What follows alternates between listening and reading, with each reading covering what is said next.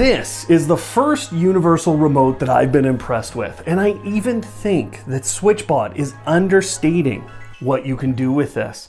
And that's based on what I can do with it. And here's just a few of those. This is it controlling my Apple TV, and it's controlling my Sonos speaker behind me. This is me controlling my shades from Lutron. And here's me operating my SwitchBot Door Lock Pro. And this is gonna be the craziest demo of all. When I press this one button that says lights on, this bulb is gonna turn on through Homey. This bulb is gonna turn on through Home Assistant. And those three back there are gonna turn on from Apple HomeKit. There you go. It just turned on all 5 of those lights in 3 different systems with the press of one button. There's so much more I can do with this remote. The reactions are really fast, and SwitchBot has truly made a nice, easy to use remote. Let's explore this inexpensive universal remote from SwitchBot. It might just take the category, so let's give her.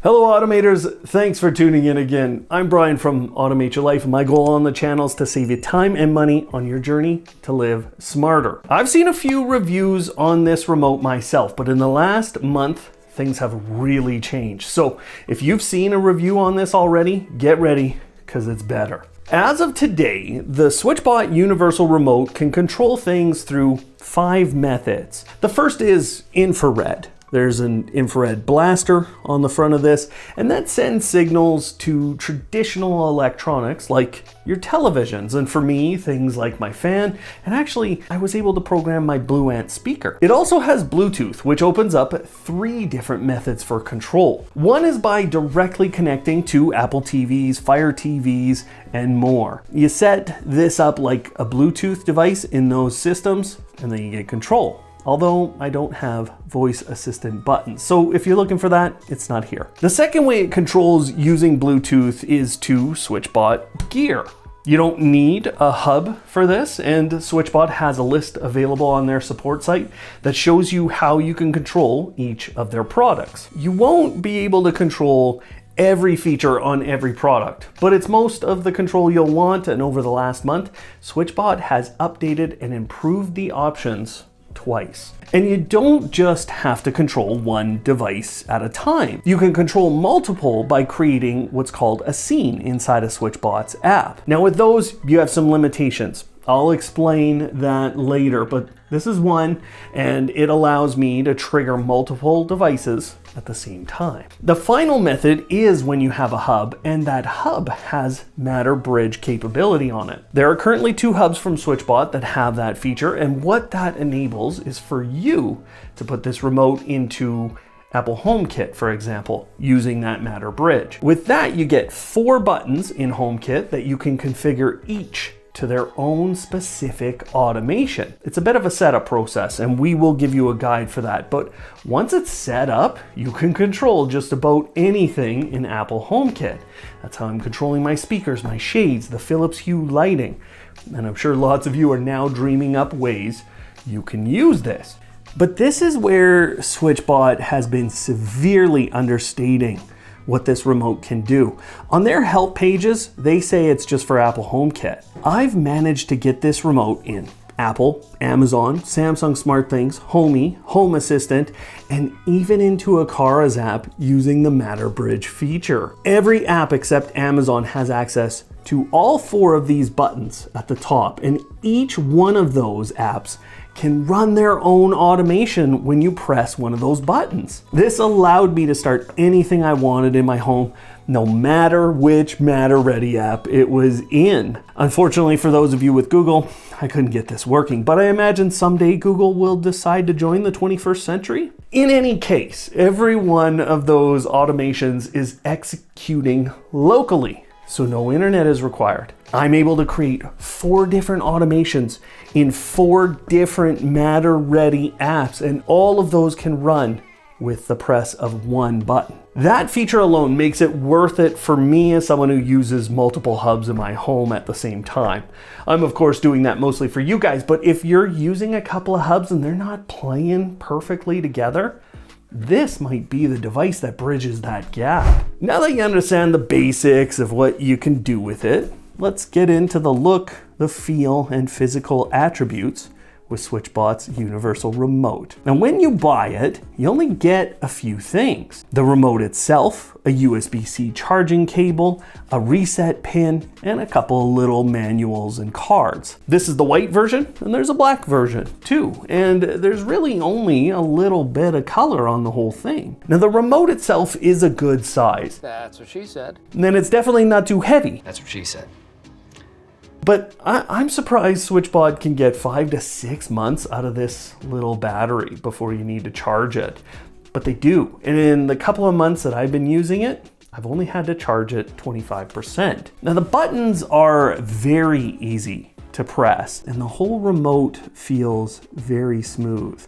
It's not a blocky behemoth as the edges are all rounded and curvy and sensual, and the buttons are easy to understand with only the top 4 ever really changing. Those buttons are labeled for what they do by the LED screen. The LED screen is fairly dim and you can have it on adaptive brightness, but I think most people are going to push this one to the maximum brightness level. It can be difficult in brighter spaces to see the LED screen, but I'm not having trouble right now. Still, I wish SwitchBot had raised the screen brightness a little and given us some outlines on those 4 buttons, just something to make it stand out a little more. But it's easy to navigate through this remote. It's easy to understand what you're controlling, and it's really easy to switch between your devices and scenes. The big red button in the middle, the kata button, that brings you back to the main menu where you can quickly select a device or a scene. Then by selecting that device, the buttons switch over to controlling that,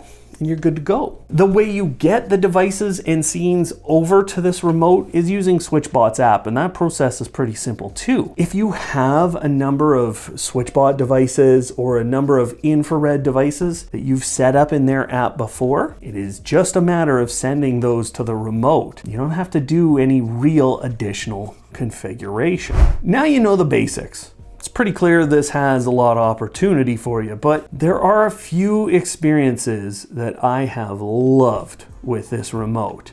The first being that Matter situation. We are limited to 4 Matter apps at a time having access to this, but I'm guessing that limitation won't matter for you guys as much as it mattered for me during testing, as I had to remove an app and then add in a new one. But for the first time, I have actually felt like I've wanted to carry a remote around with me. Since it can control my Roku television in my bedroom and my Panasonic television in my living room and the Apple TV and the Fire TV Cube. That's a true universal remote, but I probably will just buy another. It's also meant that people in my home have picked up the remote and are comfortable with it in just seconds. And one of the things that bugs most people about smart products is that there's a delay. And I'm not saying that there aren't delays in certain cases, but for the most part, this remote controls things instantaneously. The infrared and the Bluetooth to the TVs is instantaneous. The Matter control is too. And being able to control multiple speakers from different makers at the same time, even if it's just for a rain sound, is wild. It's like we finally joined the future that we all dreamed of. It's the same for shades and lights, and when I consider that I'm controlling lights from 4 different apps with many different wireless technologies, and that is on top of controlling it with a remote from an entirely different app, it's just a crazy thought. And honestly, it's a big relief. Like, I felt like these days weren't coming at times. So from an overall perspective, I'm very impressed. But there are a few things that aren't perfect. You need to know about those before you go and buy. One of the things I don't really understand is why SwitchBot products have only some of their controls. This situation has been getting better, as initially all I had with the battery circulator fan was on and off control. Number 2, there are also limitations for configuring the buttons on this remote. Don't think that you're going to be able to place every button exactly where you want it. For the most part, SwitchBot pre-configures how your remote will control your devices. And while you'll be able to make some minor adjustments, lots of time the only adjustments you can make are in those top 4 buttons. And when you use scenes, there's a little bug, or what I think is a little bug. Infrared products are not being controlled through the remote's IR blaster when they're included in those scenes. It seems like all of the commands are going out the hub, no matter what I do. I think this will get fixed, but additionally, there's a pretty good delay in running scenes. I think that's because we're using cloud execution to run these scenes through the SwitchBot Hub and the SwitchBot Cloud. There is an eventual limitation for how many devices and scenes you can place on the remote. It's gonna take you a while to fill this up, so it's not a big deal. And the last issue is that there are some requirements. You're gonna want a hub, and I'm gonna recommend getting their Hub 2, but you can also buy their Hub Mini. You want the Matter-ready version of the Hub Mini. There are 3 scenarios for what you can control with this remote. In scenario 1, you don't have a SwitchBot Hub, and in that case, all you can control are SwitchBot products and things like the Apple and Fire TVs. So you can just use Bluetooth on the remote. No infrared is available and no Matter either. In scenario 2, when you do have a hub, you get access to all the Bluetooth devices that you get in scenario 1. But in this case, you'll be able to add in and program in infrared devices. SwitchBot has a huge library of infrared devices already in their app, and you can also program ones that they don't have. Now you might be questioning why you need a hub to do infrared control from an infrared remote. Well, that's because this remote only has a blaster on it. It cannot read IR signals. In the final scenario, you have a Hub 2 or the Mini Hub with Matter. Both of those can use what's called the Matter Bridge feature. In that case, you can bring the remote into Apple, Amazon, Homey, and all the others I mentioned earlier. Those systems require a Matter controller to make this all work right, but that's where you'll get the 4 automations per Matter-ready app. I'm gonna refer you to our tutorial video for this product so you can see how that is properly set up. It is a specific process that you wanna follow. So you'll see that link at the end of today's video and in the description if you want to jump there now. There is one feature that SwitchBot needs to add right now. Not only would it destroy the competition immediately, but this would solve a massive issue for a lot of people. I mean people who, they need a little extra help and they need a single controller in their hands. What I'm talking about is the Matter Bridge feature, okay? It allows you to bring 8 devices over to those Matter-ready apps today. And one of those is gonna be the Universal Remote. If you bought a second remote, you could have 2 in all those Matter-ready apps. But if SwitchBot just let us create multiple Matter 4-button controllers with their remote, they would sell so many of these things. In fact, SwitchBot, this message is for you. I want a royalty on this one, okay? Now, if they let us set up multiple of those, we could have one Matter device for controlling our lights. We could have another Matter device for controlling our lights in the next room. We could have another Matter device for controlling our shades, and so on and so forth. We could create the speaker control we want. And even if I need to go out and buy more SwitchBot hubs, I'm okay with that. I want to create the true universal smart home remote, and I could do that if you gave me that feature. Call me when it's done. We'll market it together.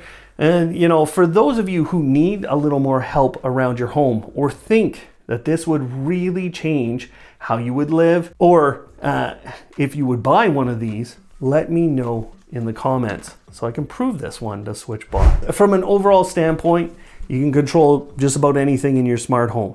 The control is fast and reliable. In fact, I've never had it fail. This is local control, at least mostly, so you don't even need the internet. As long as you're not expecting one of the little drawbacks that I talked about earlier in the video today, you're gonna love this one. And with the pricing of it, it's a fantastic one to get. So have a look at the links below in the description. Get yourself a SwitchBot Universal Remote. And you can get around some of those issues that I mentioned earlier. I'll show you how to get around the limitations with configuring these buttons. no matter what the button is that you're after. I will, of course, also show you how to get this working in all of those Matter-ready apps at the same time. That's all in our full guide to the SwitchBot Universal Remote. So check that out as it's up on screen now. Otherwise, thanks for watching today. And of course, live smart.